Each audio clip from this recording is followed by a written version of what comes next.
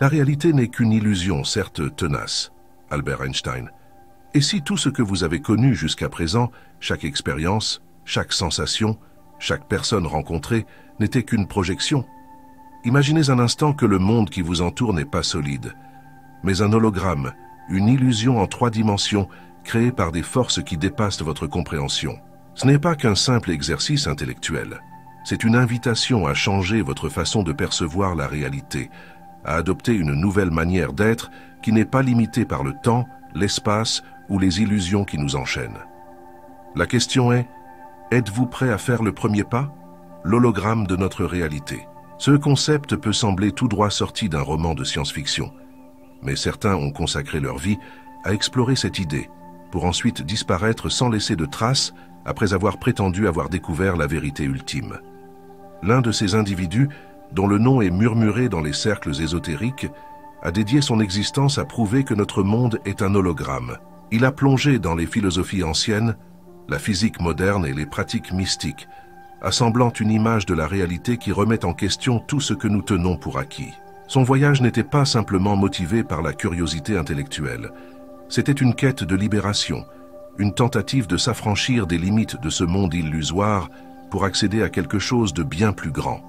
Et puis, au moment même où il semblait sur le point de partager ses révélations avec le monde, il a disparu. Cette personne était Jacobo Greenberg, un scientifique mexicain pionnier né le 12 décembre 1946. La théorie de Greenberg.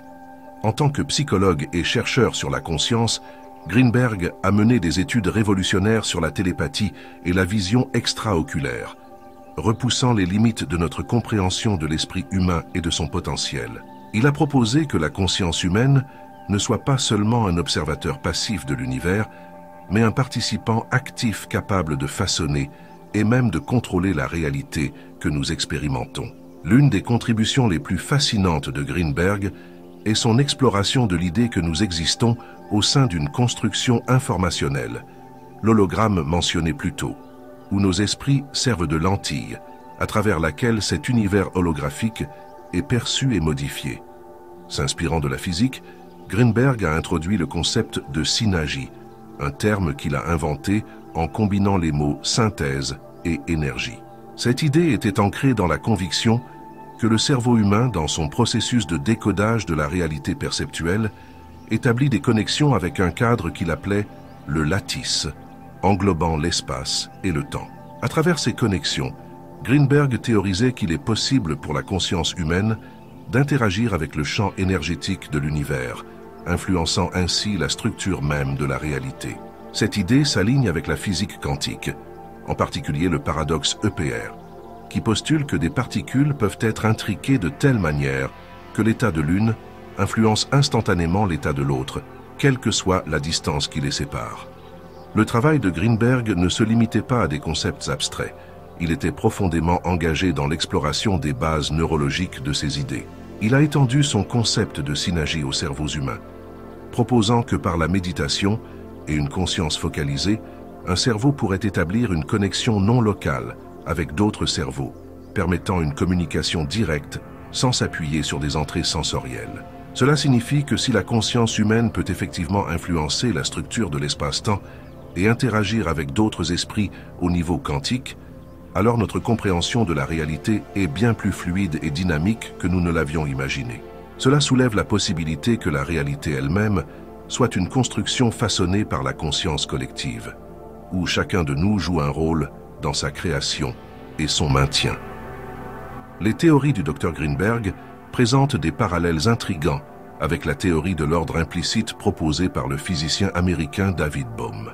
La théorie de Bohm postule que l'espace n'est pas simplement un vide, mais une mer holographique de potentialités d'où émergent à la fois l'univers et la conscience. Cette perspective offre une résolution au paradoxe de la dualité onde-particule en mécanique quantique, tout en maintenant le principe de non-localité, l'idée qu'une particule peut instantanément influencer une autre, quelle que soit la distance qui les sépare.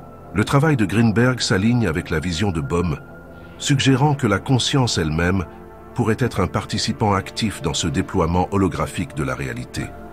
L'idée que l'univers pourrait être un hologramme a été explorée par certains des plus grands esprits de la physique.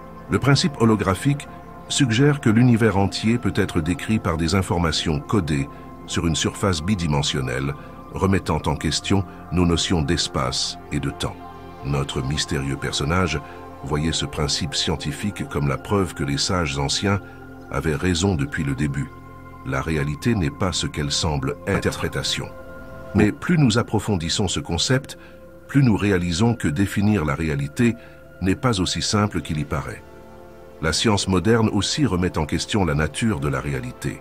La mécanique quantique révèle qu'aux plus petites échelles, les particules ne se comportent pas d'une manière qui correspond à nos expériences quotidiennes. Elles existent dans des états de probabilité, ne devenant réelles dans un sens défini que lorsqu'elles sont observées. Cela a conduit à suggérer que la réalité au niveau quantique n'est pas fixe, mais plutôt fluide et dépendante de l'observation. De plus, l'idée que notre univers pourrait être un hologramme, une projection à partir d'une surface bidimensionnelle, ajoute une autre couche de complexité. Si cette théorie s'avère vraie, alors ce que nous percevons comme une réalité tridimensionnelle pourrait être une illusion, tout comme une image holographique. Alors qu'est-ce qu'il parlait de l'hologramme, non pas comme un fait scientifique froid, mais comme une profonde vérité spirituelle. Comprendre que le monde est un hologramme, disait-il, c'est commencer le processus d'éveil, de libération des illusions qui nous lient. Mais avec cette compréhension venait un avertissement.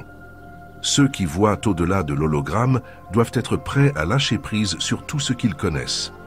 Le monde tel que nous le percevons est réconfortant dans sa solidité, sa familiarité. Réaliser que tout cela est une illusion peut être profondément troublant. Et pourtant, il insistait sur le fait que c'est le premier pas vers la véritable liberté.